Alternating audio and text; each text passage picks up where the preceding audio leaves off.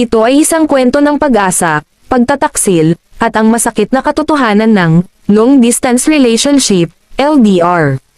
Narito ang isang maikling kwento para sa iyo. Pangarap na naging bangungot, sina Ethan at Mara ay ang tinaguriang ideal couple sa kanilang probinsya. Halos 5 taon na silang magkasintahan nang magdesisyon si Ethan na mag-abroad sa Dubai. Ang layunin niya, mag-ipon para sa kanilang kasal at makapagpatayo ng sariling bahay. Hintayin mo ako, Mara. Pagbalik ko, hindi na tayo magkakawalay, pangako ni Ethan bago siya sumakay ng eroplano. Ang unang taon, noong una, maayos ang lahat. Gabi-gabi silang magka-video call. Halos lahat ng kinikita ni Ethan ay ipinapadala niya kay Mara para sa kanilang savings. Tinitiis ni Ethan ang init ng disyerto at ang pagod sa construction site, maisip lang na bawat sentimo ay para sa kinabukasan nila.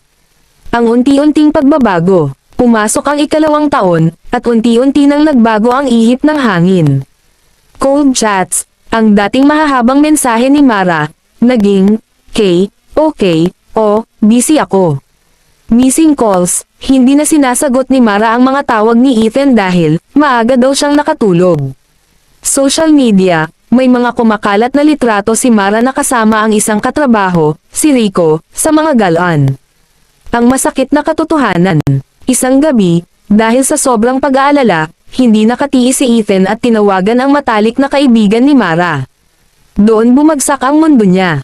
Ethan, pasensya na, matagal na silang magkasama ni Rico. Halos doon na tumitira si Rico sa inuupahan niyang apartment na ikaw ang nagbabayad, pag-amin ng kaibigan. Hindi makapaniwala si Ethan hanggang sa mismong si Mara na ang nag-post sa Facebook, isang litratong magkayakap sila ni Rico na may caption na, "Finally found the one who stays." Ang pagbangon, nadurog si Ethan. Ang lahat ng pagod at sakripisyo niya sa ibang bansa ay tila nawalan ng saysay. Pero sa halip na umuwi at magmakaawa, pinili ni Ethan na harapin ang sakit. Pinutol niya ang sustento, itinigil niya ang pagpapadala ng pera. Self-love, ginamit niya ang ipon para sa sarili at para sa kanyang mga magulang.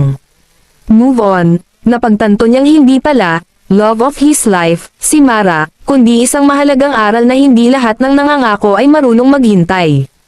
Ano ang aral ng kwento? Ang distansya ay hindi sumisira sa relasyon, ang kawalan ng katapatan at respeto ang gumagawa nito.